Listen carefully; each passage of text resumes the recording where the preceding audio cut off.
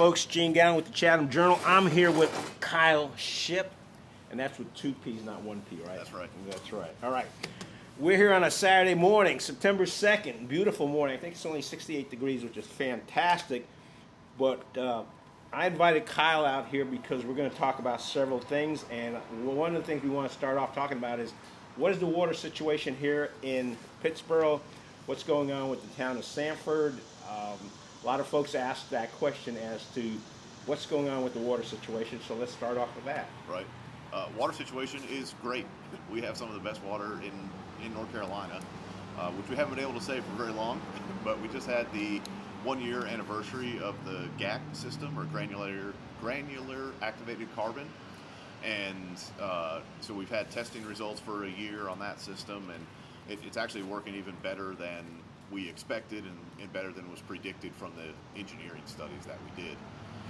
So we're seeing some of the PFAS, and that's a class of compounds, but some of those are being removed 100% by those systems, and then some of them are being at least 93% removal.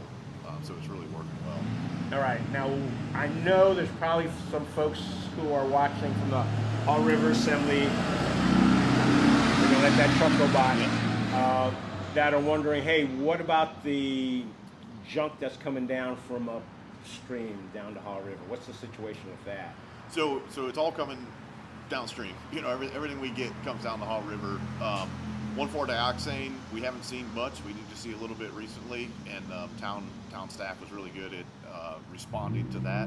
And then I actually just saw a report from the Hall River Assembly that the testing that they're doing of the river more in general, they're seeing a lot less PFAS in general in the river based on the efforts of working with Greensboro and Burlington and stuff. So we're seeing a lot less in the river overall, which means that our filtration system that we've installed is going to work even better and be less expensive to operate. All right. I've noticed the Hall River is putting out swimming reports as to what places they consider to be safe to swim, and I think in large part just about everything is these days. What's the situation with Pittsboro and Sanford as to how you're coordinating providing water together? Right. So as of the beginning of August, we have both approved the merger. So the merger is approved now, and really now it's at a staff level of coordination. So what we said in that approval is that the merger would be complete at least within a year.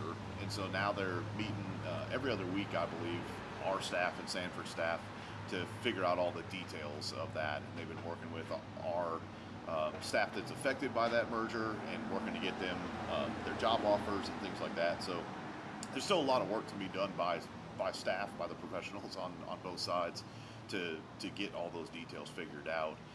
And then when we have more information, we'll put it out as the year goes on about when things are going to transfer over officially, how billing and how all that's going to work. All right, so when you say the word merger, what exactly do you mean in this situation? Because it sounds like there's going to be transfer responsibilities. Another thing, tell me what merger means to the folks of Pittsboro when it comes to water. So the city of Sanford has agreed to merge with us completely for utilities, so they will take on the ownership and operation of our utilities, water and wastewater or sewer. Eventually over the next year, the bills will come from Sanford, and the water and wastewater will be provided by Sanford. Our employees will transfer to Sanford. In this merger, it sounds like if you're transferring all those responsibilities to Sanford, what role does Pittsboro continue to play in it? Sure. So we'll continue to work with the allocation of sewer. So as we approve projects, we'll have allocation, and so we'll have a role in the allocation of the sewer too, and how that's done. The biggest thing is that it will actually provide us sewer. So Sanford is going to complete some of those projects that we've been working to do, the force main down to Sanford, a water line back from Sanford. So we'll have sewer capacity in Pittsboro, and we'll have additional water in Pittsboro too. All right. And I guess we're getting in pipe music, but that's okay. We'll work around that. So with added sewer capacity, what's that mean for business opportunities and expansion of both residential and commercial here in Pittsboro? Yeah, so in about 2 years, we'll have 2 million gallons available, about 2 million gallons available in Pittsboro, and then we'll have 3 million more coming behind that. And so we're working on that policy to work through. Folks, we're going to have to move because we're going to be rocking. It's rocking USA here. I didn't know this was coming up, but that's okay. We'll find a different spot. We'll be right back. Hey, folks, we are back, and the reason we had to leave was because YouTube doesn't like music, and that there's all sorts of copyright issues, and the conversation we were having with Kyle would probably have, I don't know what would have happened, but it would not have been pretty. So anyway, we're sitting in the little park out here in the middle. Well, it's on the edge of downtown, I guess. And we figured this will be as good a place to talk about. Okay, water situation. We were talking about the merge. Oh yeah, what exactly does the merger mean for, well, for the folks of Pittsboro? Tell us about that, and for also your Pittsboro employees. Yep. Yeah, so it's a full merger like you would think of for a business, and the immediate thing that it meant for Pittsboro customers, we were able to lower rates by 5%. So the rates in Pittsboro are definitely high, but as a part of that merger, in at the end of July, we lowered the rates by 5%. So we were glad to be able to do that, provide some relief, and then at the same time we raised system development fees too, which is what a new connection would pay to connect onto that system. So two things there, but that's how development helps pay for itself with those system development fees. And then for our employees, it means that the employees that currently work at our wastewater plant or sewer plant or our water plant will eventually work for the city of Sanford if they choose to take those positions. So they're required to be offered positions that are really similar to what they have now, similar benefits and everything. And it's obviously up to them if they take that or not, but we think a lot of them will. It's a really good opportunity to work with a bigger system and more opportunity for advancement and things like that. So your water facility up the road, that will continue to be operating under the new merger, is that correct? Correct. Yep. You mentioned something about rates being high. There's all sorts of conspiracy theories as to why water rates are high in Pittsboro. Is there a logical reason for why water rates are high in Pittsboro? Yes. We spent $3.5 million on the GAC treatment system. And so that is when we raised, we hadn't raised rates for about 5 years, I think. And then two or 3 years ago, we had to raise them a lot to pay for that filtration system. And we have got some grants and some money from the state since then, but we made the choice to do that, to get it done as quickly as possible, which we accomplished in about 18 months. But we had to spend cash to do that, and so we made that choice. It was an expensive choice, but as we see now that it's been operating for a year, it's really critical for the health of people in Pittsboro. But that is why we had to raise rates, and a lot of people don't know, I guess, how this works in government. But we can't raise taxes to pay for the water system. We have to raise water rates to pay for the water system, and so those have to be completely separate. And so that was the only choice we had to put that system in quickly. So by making that big investment, that's helped get the water quality to the point it is right now? Exactly. And you said the report came back, it's a 1-year anniversary? 1-year anniversary was last Friday, or a week ago Friday, and we're seeing 100% removal of some of the PFAS compounds, and we're seeing at least 93% removal of the other compounds. So it's really, like I've said, is working better than we even predicted from the engineering that we did before.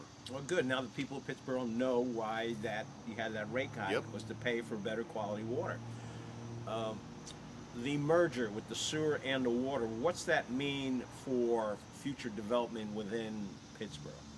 So it really opens it up more, but we're still going to be limited for a while, but we will have more capacity available for all of Pittsboro. Of course, Chatham Park built their water recovery center out on 64 there, so they've been continuing to build. But what this merger and the line that Sanford is going to build, that will allow sewer capacity in the rest of Pittsboro where we don't have it right now. So it really provides the opportunity for people who, even as simple as want to add on to their house they currently have, or, somebody has a lot in town, wants to build a house, or, other development on the west side of town and things like that. Converting a retail store to a restaurant, all of those things have not been possible because we haven't had sewer, and so those will be possible now. So a lot of the restrictions folks were having to deal with in the past are going to loosen up over a time period? Right. So it'll take about 18 months to 2 years to build that line and have actual capacity. So we're working on sewer allocation policy now that sets aside some for commercial, some for multifamily, some whatever those buckets are going to be. So we make sure that it's a fair process for handing out that sewer, and we want to make sure that people use it. So it's going to be, here's an allocation, go use it and go start using it. And if not, let someone else use it that can use it soon. All right. So what's that mean for? Let's start from a residential person. I'm a residential customer. I've got a lot. I want to build on it. Does that mean I have to wait 18 to 24 months, or when can I get my allocation to start building my home?